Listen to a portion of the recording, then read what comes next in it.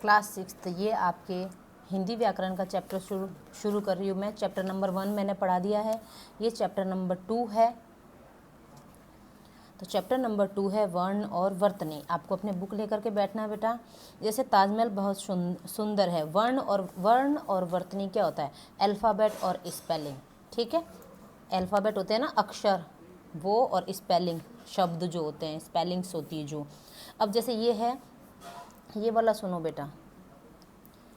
जैसे ये ताजमहल बहुत सुंदर है, तो ये वाक्य बना है। वाक्य किससे बना है? शब्दों से। ये शब्द जुड़ा, ये शब्द जुड़ा, ये शब्द जुड़ा, तब जा करके ये सेंटेंस बना है। लेकिन अब ये शब्द है, इसको अगर हम अकेला लें तो ये वर्ण से बना। त वर्ण, ज वर्ण, म वर्ण, ह वर्ण, ल वर्ण, है ना। ये वर्णों के मेल से शब्द बना है और शब्दों के क्रमबद्ध समूह को वाक्य बोलते हैं। तो इस वाक्य में अनेक शब्द हैं, जैसे ताजमहल है, बहुत है, सुंदर है। तो ये सब, ताजमहल भी वर्णों से बना हुआ है, बहुत भी वर्णों से बना हुआ है। ठीक है, ये खंड करे हुए हैं, इसके शब्दों के खंड। ठीक है, अब प्रत्येक शब्द में छोटी से छोटी ध्वनि है जिसके और अधिक सरल टुकड़े नहीं किए जा सकते, इन्हें वर्ण कहते हैं। अब जैसे ये देखो, ताजमहल में त है ना, त हलंत लगा हुआ नीचे, ये लगा हुआ रहता है ना, इसको बोलते हैं हलंत। इसका मतलब है ये जो त है वो आधा है। ठीक है, और अब इस त के साथ में आ की मात्रा जुड़ी हुई है, तो त के साथ में बाद में आ लगाया है, तो त और आ मिलके बना ता। ठीक है, इसको शब्द पूरा हो गया, इसमें ये स्वर जुड़ गया, तो त को पूरा कर दिया।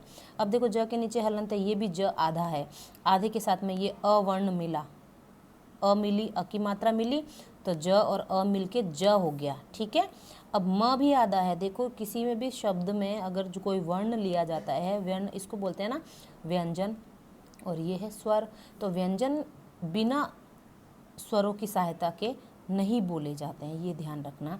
तो म के साथ में अ जुड़ा तब बना म, ये आधा है, ह है और अ है ये, तो इसके साथ स्वर मिला तब जाके ये ह बना। अब ये ल है आधा, अब ये अ मिलेगा इसके साथ में स्वर, तब ये ल बनेगा, हलंत हट जाएगा। जब इसके साथ अ की मात्रा जुड़ेगी, इसका मतलब हलंत हट जाता है। ठीक है, अब है इसका, देखो परिभाषा लेंगे। वह छोटी से छोटी ध्वनि जिसके और खंड नहीं किए जा सके वर्ण कहलाती है। जैसे अ, आ, ई, उ, क भी देखो आधा है और ख भी आधा है, इसके वर्ण नहीं हो सकते हैं। अब अगर ये क ऐसा होता ना, तो अभी ये पूरा क है, तो इसके खंड कैसे होंगे? देखो, आधा क और प्लस अ, तो ये क और अ मिलके क बना। ये वाले क के टुकड़े हो सकते हैं, लेकिन जिसके नीचे हलंत लगा हुआ है वो तो खुद ही आधा है, तो उसके क्या टुकड़े होंगे? अब जैसे ये वर्ण भेद। ठीक है, वर्णों के भेद देखो बेटा, वर्ण भेद, वर्णों के 2 भेद होते हैं। टाइप्स ऑफ लेटर्स, लेटर्स के कितने टाइप होते हैं? वर्णों के भेद कितने? 2।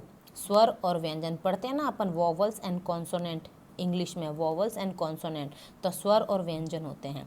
स्वर क्या होते हैं? वॉवल्स होते हैं जिन ध्वनियों का उच्चारण करते समय, यानी जिन ध्वनियों को बोलते समय किसी अन्य ध्वनि का, कोई और ध्वनि का सहारा नहीं लेना पड़ता है, जिन्हें बोलते समय हवा बिना किसी बाधा के मुख से निकलते, यानी जो ये स्वर होते हैं ना, अ, आ, ई, इसको बोलते वक्त जीभ है ना अपनी कहीं पर भी मुंह में टच नहीं होती बेटा, इसीलिए स्वर कहलाते हैं। ऐसी ध्वनियाँ स्वर कहलाती है। स्वरों की संख्या 11 है। अब देखो, अ से लेके अंग तक में जो है अ, आ, ई, उ, री, ए, ऐ, ओ, औ। अब एक आएगा अंग और अह। ऐसे तो ये 1 2 3 4 5 6 7 8 9 10 11 12 13 होते हैं, अ से लेके अंग तक 13 होते हैं, लेकिन औ तक ही स्वर माने जाते हैं। ये अंग और अह को अयोगवाह ध्वनियाँ कहते हैं, ये स्वर में नहीं आते हैं। ठीक है, इसको अलग ही कैटेगरी में रखा गया है। स्वर होते हैं 11, ये ध्यान रखना। अब ये है स्वर के भेद। स्वर के कितने भेद है? स्वर के 3 भेद हैं, कोई भी आंसर आए। ऋस्व स्वर, ह देखो, ये ह है आधा और इसमें र की मात्रा है। ठीक है, तो ये ऋस्व स्वर, दीर्घ स्वर और प्लुत स्वर। इसको ह्स्व स्वर नहीं पढ़ेंगे, ऋस्व स्वर पढ़ेंगे। ठीक है, र की मात्रा है, दीर्घ स्वर और प्लुत स्वर। ठीक है, अब इसमें देखो, ऋस्व स्वर क्या था? शॉर्ट वॉवल्स, एकदम शॉर्ट होते हैं। इन स्वरों के उच्चारण में बहुत थोड़ा समय लगता है। समय कितना लगता है? थोड़ा।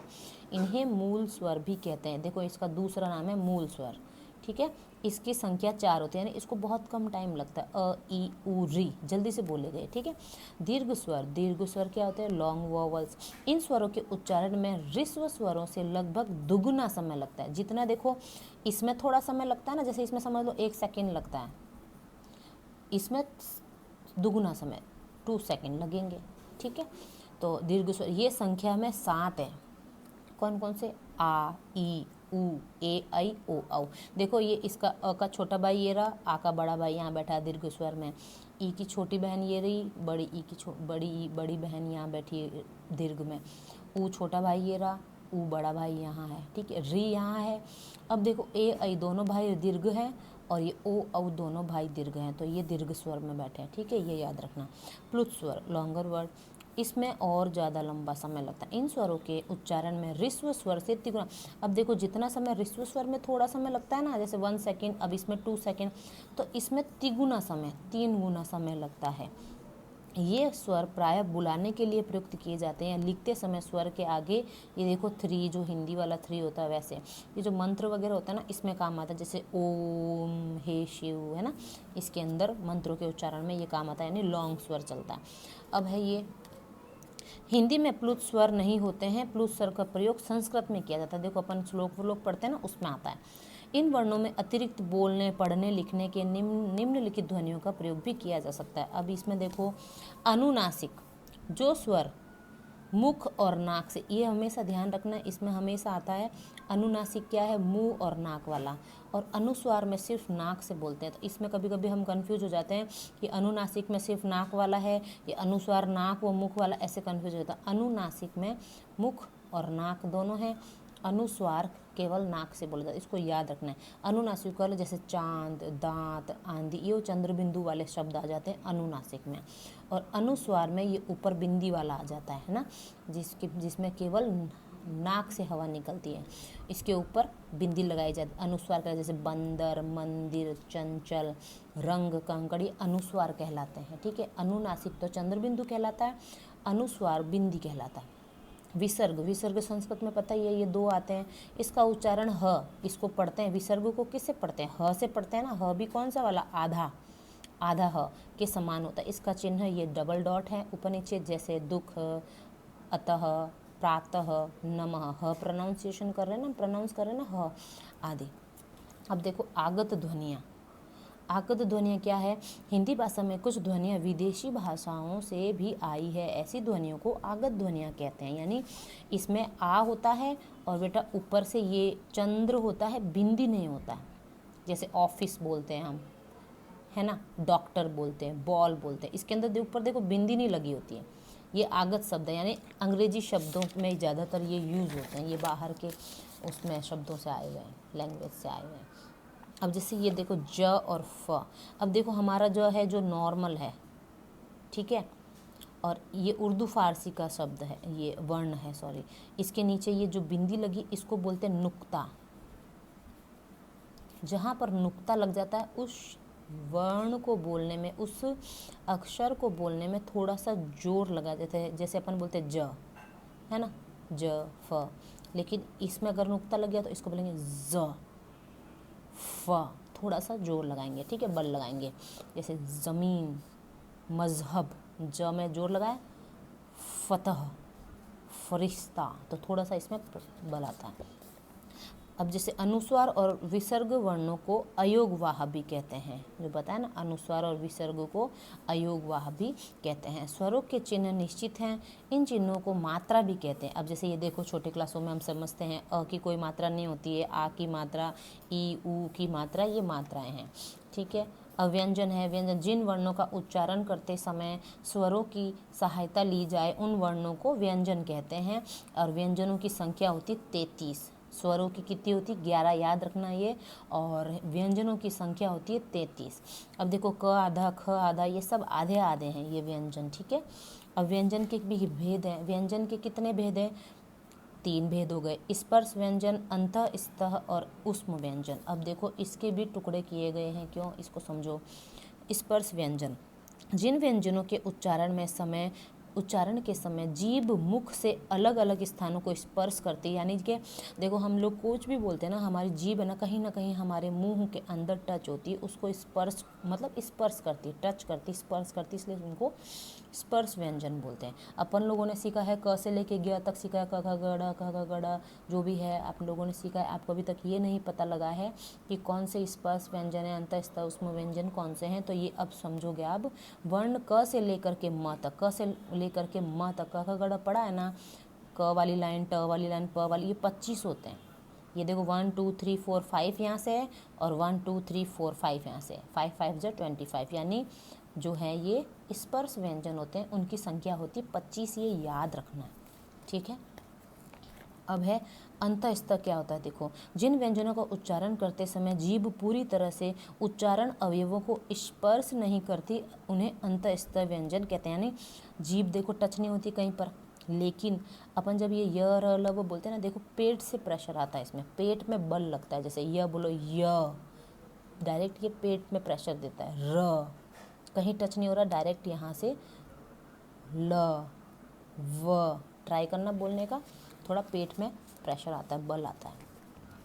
अब देखो ऊष्म व्यंजन क्या होता है, जिन व्यंजनों को बोलते समय मुख से हवा रगड़ खाकर ऊष्म या गर्म होकर बाहर निकलती है, उन्हें ऊष्म व्यंजन कहते हैं। ये 4 होते हैं ऊष्म व्यंजन, यानी अपना ऐसे हाथ करो, यहाँ पर मुंह है, यहाँ पर अपना हाथ लेकर के फिर ऐसे बोलो, मुंह के आगे अपना हाथ रख के ये वाला पोर्शन बोलो, श स स ह। तो इसमें क्या होता है, यहाँ पर अपने स्किन में एक गरम हवा फील होती है, तो ये ऊष्मा निकलती है, ये तो ऊष्म व्यंजन हो जाते हैं, ठीक है। अब ये वाला देखो वर्णमाला, वर्णमाला क्या है, वर्णों का क्रमबद्ध समूह वर्णमाला कहलाता है। इसमें 46 वर्ण होते हैं, 46 बोले तो 46, ठीक है। 46 वर्ण होते हैं, जिनमें 11 स्वर हैं और 33 व्यंजन है और 2 अयोगवाह हैं, इसीलिए ये 46 हो गए, 46 हो गए। 11 33 एंड 2, तो 3 4 5 6 ये हो गया, और 3 और 1 4 हो गया, तो टोटल ये होते हैं 46, जिसमें से 11 होते हैं स्वर, ये व्यंजन होते हैं 33 एंड 2 होते हैं अयोगवाह।